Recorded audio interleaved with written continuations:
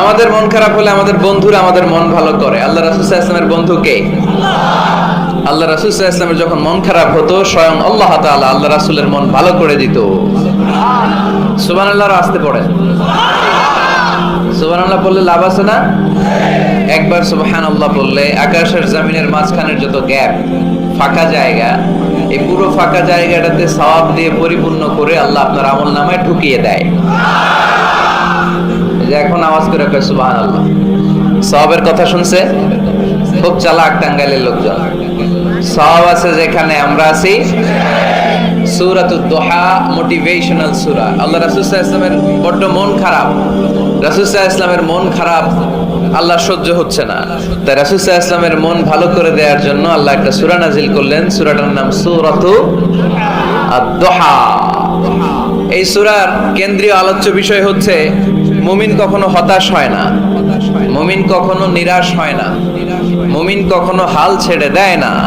মুমিন সব সময় ভরসা রাখে একজনের উপর, তিনি কে? আমরা কখনো হতাশ হই না, ঠিক কিনা? আমরা কখনো নিরাশ হই না, ঠিক কিনা? আমরা কখনো হাল ছেড়ে দেই না, আমরা ভরসা রাখি একজনের উপর, তিনি কে? Every time you feel like you cannot go on, you feel so lost that you are so alone.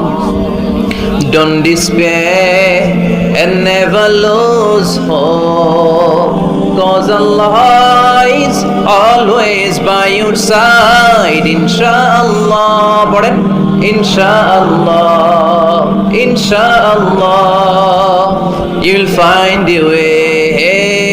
Inshallah, Inshallah, Inshallah, you'll find your way.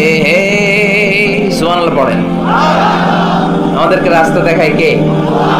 এজন্য আমরা হাল ছেড়ে দেই না, আমরা নিরাশ হই না, আমরা হতাশ হই না, আমরা ভরসা রাখি একজনের উপর, তিনি কে?